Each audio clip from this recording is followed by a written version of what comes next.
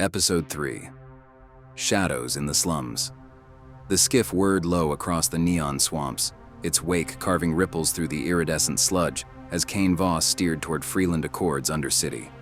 The relay core sat heavy in his pack, its faint glow pulsing like a second heartbeat against his spine.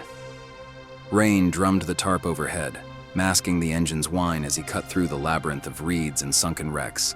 Old buses and cargo drones half drowned in the muck, their rusted husks glowing faintly from Verdon's creeping vines. No drones trailed him. No rival crews survived the tower's wrath. For now, the score was his alone, except for Nix, the fixer who'd fed him the job. 2,000 Toshi coins, enough to pay for 2 months of rent, waited at the rendezvous, a clean handoff in the slums. Kane's gut told him it wouldn't be that simple. The swamp gave way to the city's edge, where Freeland's underbelly sprawled like a festering wound. The slums clung to the base of towering blocks, a chaotic sprawl of corrugated shacks, neon signs, and jury-rigged power lines spitting sparks into the wet night. Hollow ads flickered overhead, grainy loops of smiling faces, hawking stim patches or cheap neural mods, casting a kaleidoscope of pinks and blues across the muddy lanes. The air stank of burnt circuits and frying soy, thick with the clamor of hawkers shouting over rattling generators. Kids in patched coats darted through the crowds, pickpocketing drunks stumbling from ramshackle bars. A trio of punks in spiked leathers leaned against a wall, passing a glowing vape, their eyes tracking Kane as he ditched the skiff behind a pile of scrap and slipped into the throng. The slums pulsed with life, raw, unfiltered, a mess of freedom Libra's drones couldn't tame. Tattered flags bearing the ASI's sigil flapped from poles, but down here, "It's justice" was a punchline. Gangs ruled the corners, their tattoos glowing under blacklights, while scavengers like Kane carved out survival between the cracks. He kept his hood low, weaving past a noodle stall where steam rose in greasy clouds. The cook's cybernetic arm flipping skewers with a whir.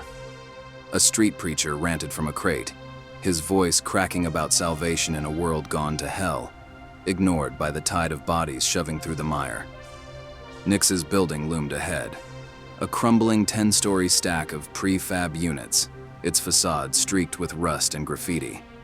A flickering sign buzzed, Riverside Flats, though the river was a toxic ditch 2 blocks over. Kane slipped into the alley beside it, boots squelching in ankle-deep filth, and scanned the shadows. No tails, no eyes, just the usual junkies slumped against the wall, twitching in stim dreams. He climbed the fire escape, metal groaning under his weight, and hit the 5th floor, where Nix's apartment waited.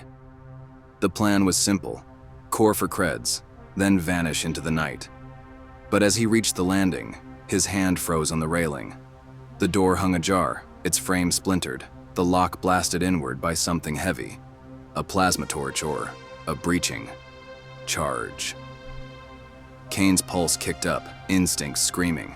He eased the cord deeper into his pack and drew a compact shock knife from his boot. Low-tech, silent, enough juice to drop a man without a spark.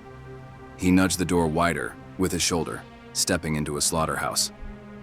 The apartment was trashed, furniture upended, walls scorched, the hollow screen in the corner smashed to sparking shards. Nix lay sprawled across the floor, his wiry frame bent at angles that defied bone. His face was a ruin, eyes gone, jaw unhinged, blood pooling black under the flickering ceiling light. Someone had taken their time with him, carving jagged lines across his chest with a blade that cauterized as it cut. A woman Kane didn't recognize slumped beside him, her throat slit ear to ear, her hands bound with wire that bit into bloated flesh. Her dress, silk, out of place in this dive, hung in tatters, stained with her own end. Torture, not a hit. They'd wanted answers. Kane's stomach churned, but he forced it down, scanning the room. Nix's datapad was fried, its casing melted into the table. A chair was bolted to the floor, streaked with blood, restraint still dangling. One snapped. The air reeked of burnt hair and copper, undercut by a faint whiff of ozone. High-end tech, not slum grade. Whoever did this wasn't local muscle. Kane crouched by Nix, checking for clues, when a glint caught his eye.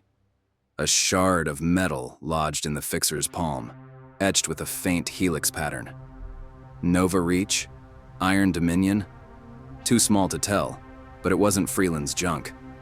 His mind raced. Nix knew the job, knew Kane was hitting the tower. Had he cracked under the pain, given him up? The core felt like a live grenade in his pack now, its purr a taunt.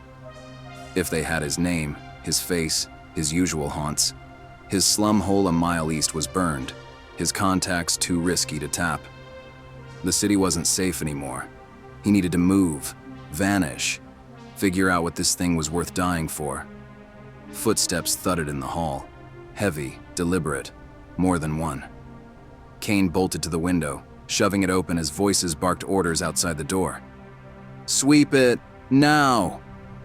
Clipped, professional, not scav slang. He didn't wait to see faces. He leapt onto the fire escape, the core jostling as he slid down the ladder, skipping rungs, hitting the alley in a crouch. Shadows moved above, silhouettes with rifles, flashlight beams slicing the dark. He sprinted, ducking into a warren of backstreets, the slum's maze swallowing him whole. His breath burned, but his head stayed clear. Off the grid meant no tech, no Toshi transactions. Libra's drones tracked every coin. He'd stashed a go bag under a loose plank in an abandoned warehouse, enough gear to bolt for the border if it came to that.